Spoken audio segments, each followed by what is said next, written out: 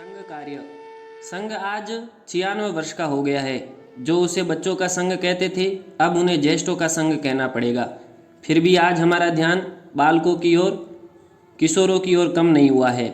आज भी नागपुर में जहां देश की सबसे पुरानी शाखा लगती है, बालक और युवाओं की सायं शाखा प्रभात से अधिक है।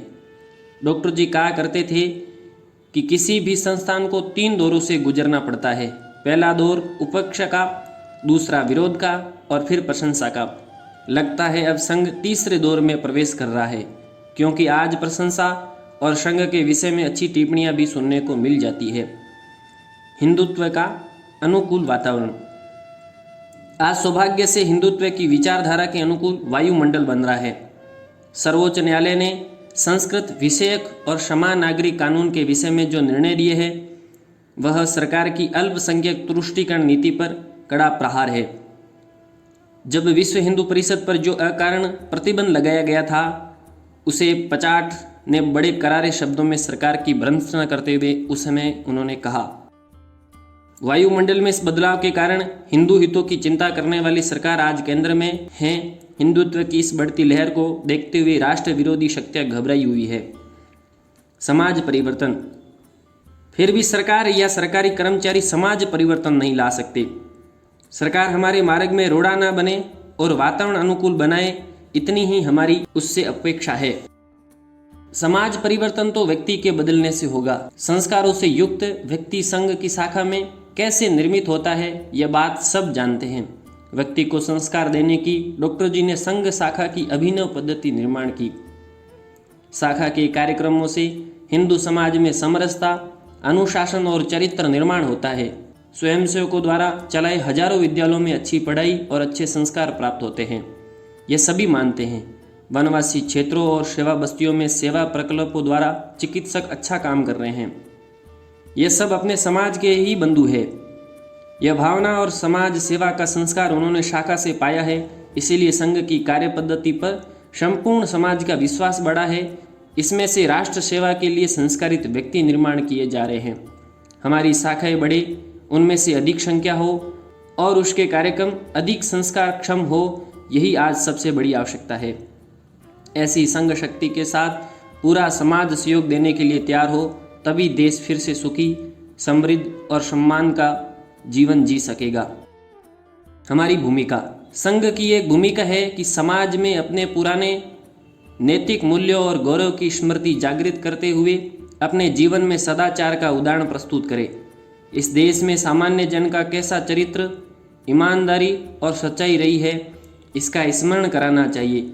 आज भी यदि स्वयंसेवकों में चरित्र व ईमानदारी का दर्शन होता है, तो वह इस बात का प्रमाण है कि भारत के प्राचीन नैतिक मूल्यों को फिर से जीवंत किया जाना संभव है। चरित्र निर्माण धर्म के आधार पर ही होगा। यह धर्म प्राण देश है।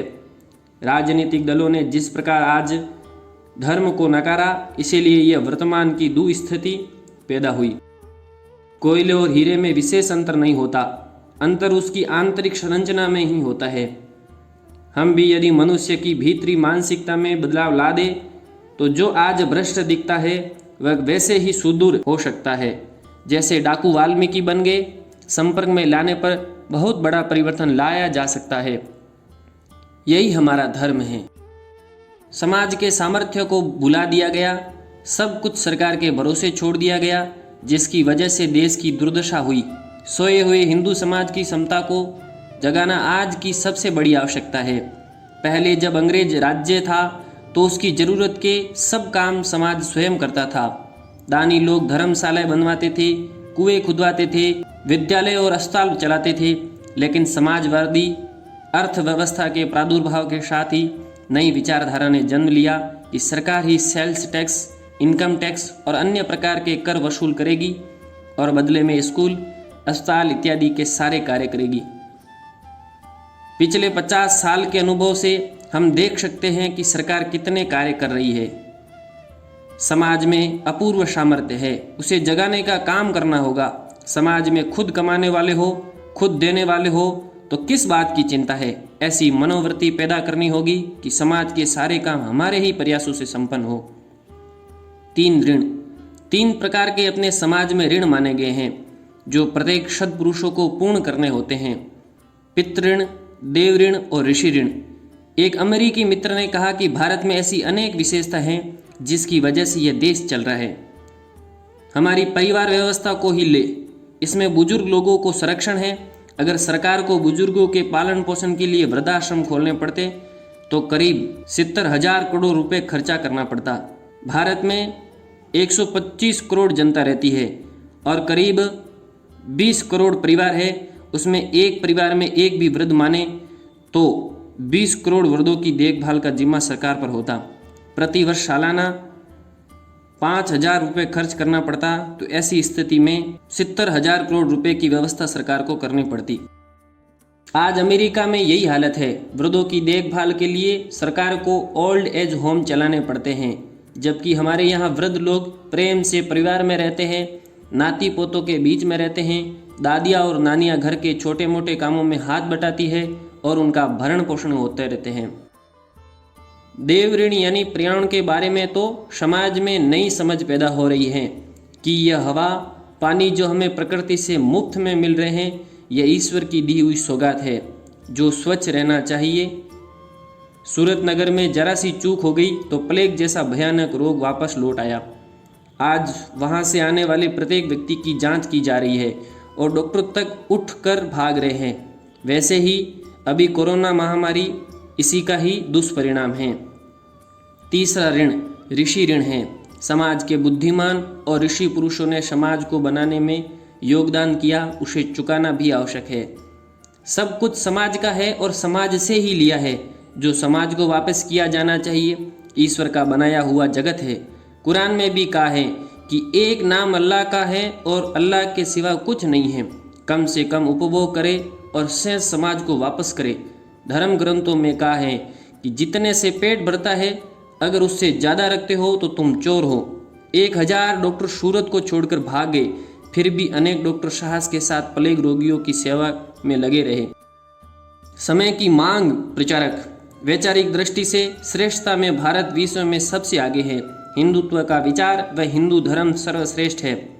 उसमें सबको समाहित करने की क्षमता है, किंतु शक्ति के बिना इसको कोई प्रतिष्ठा नहीं मिलेगी। हमारा सर्व पंथ समादर भाव, उदारता व विशालता की विश्व को समझ है। सबका इधर झुकाव भी है, किंतु शक्ति के बिना कौन पूछता है। इसके लिए आवश्यक है कि अधिक से अधिक संख्या में पूर्णकालिक कार्यकर्ता राष्ट्र के लिए आगे आए। यही समय की मांग है। भारत में केवल 2 करोड़ ईसाई है। उनको शिक्षित करने वाले पादरियों की संख्या 20,000 है। मुसलमानों को इस्लाम की शिक्षा देने के लिए 30,000 मदरसे हैं। इससे अलग पूरे देश में 3 लाख से अधिक मस्जिदें हैं, यहाँ इस्लाम का प्रचार होता है। दूसरी ओर यहाँ 100 करोड़ हिंदू है, लेकिन उनको हिंदुत्व की शिक्षा के लिए कितने कार्यकर्ता है। विश्व हिंदू परिषद के पास अधिकतम 1000 कार्यकर्ता होंगे। राष्ट्रीय स्वयंसेवक संघ के पास इससे कुछ अधिक होंगे। इसी प्रकार अन्य संगठनों के पास भी कुछ एक मात्रा में कार्यकर्ता होंगे। अभी हम यह नहीं कह सकते कि हर तहसील में प्रचारक है। इस प्रकार अधिक से अधिक कुल मिलाकर लगभग 5,000 से अधिक कार्यकर्ता नहीं हैं। तरुण प्रचारकों के साथ वानप्रस्थी प्रचारक भी। हर परिवार को यह सोचना चाहिए कि उनके घर में कोई एक सदस्य प्रचारक के रूप में निकले। यदि ऐसी धारणा व भावना नहीं रहेगी तो प्रचारक नहीं निकलेंगे। ईसाइयों में जब कोई मिशनरी निकलता है तो संबंधित परिवार में उत्सव का माहौल रहता है और उसे प्रसन्नतापूर्वक विदाई दी जाती है। इसी प्रकार का माहौल जैन पंथ में भी जब कोई पंथ प्रचारक के लिए निकलता है तब भी प्रसन्नता का माहौल रहता है। इसी प्रकार जब किसी हिंदू परिवार से समाज कार्य के लिए प्रचारक निकले तो उत्सव मनाया जाए। इससे एक वायुमंडल बनेगा कि साधारण कार्यकर्ता में प्रचारक बनने की होड़ लग जाएगी। 100 करोड़ हिंदुओं में काम करने के लिए 10,000 पूर्णकालीन कार्यकर्ता चाहिए। इस लक्ष्य को रखकर निष्प्रह कार्यकर्ता को प्रचारक के रूप में तैयार करना होगा। तरुण कार्यकर्ताओं के साथ वानप्रस्थी प्रचारक भी चाहिए। समाज के ऐसे लोग जो सेवानिवृत्त हो चुके हैं और परिवार की जिम्मेदारी से मुक्त हो चुके हैं, ऐसे लोगों को पूर्णकालिक कार्यकर्ता के रूप में विकसित करना चाहिए। इसके अलावा ऐसे लोग भी आगे आए जो अपनी दिनचर्या में से अधिक समय निकाल कर संघ कार्य कर सकते हैं। तभी आवश्यक संख्या की शाखाएं व उनमें गुणवत्ता बढ़ सकती है। संघ का संकल्प।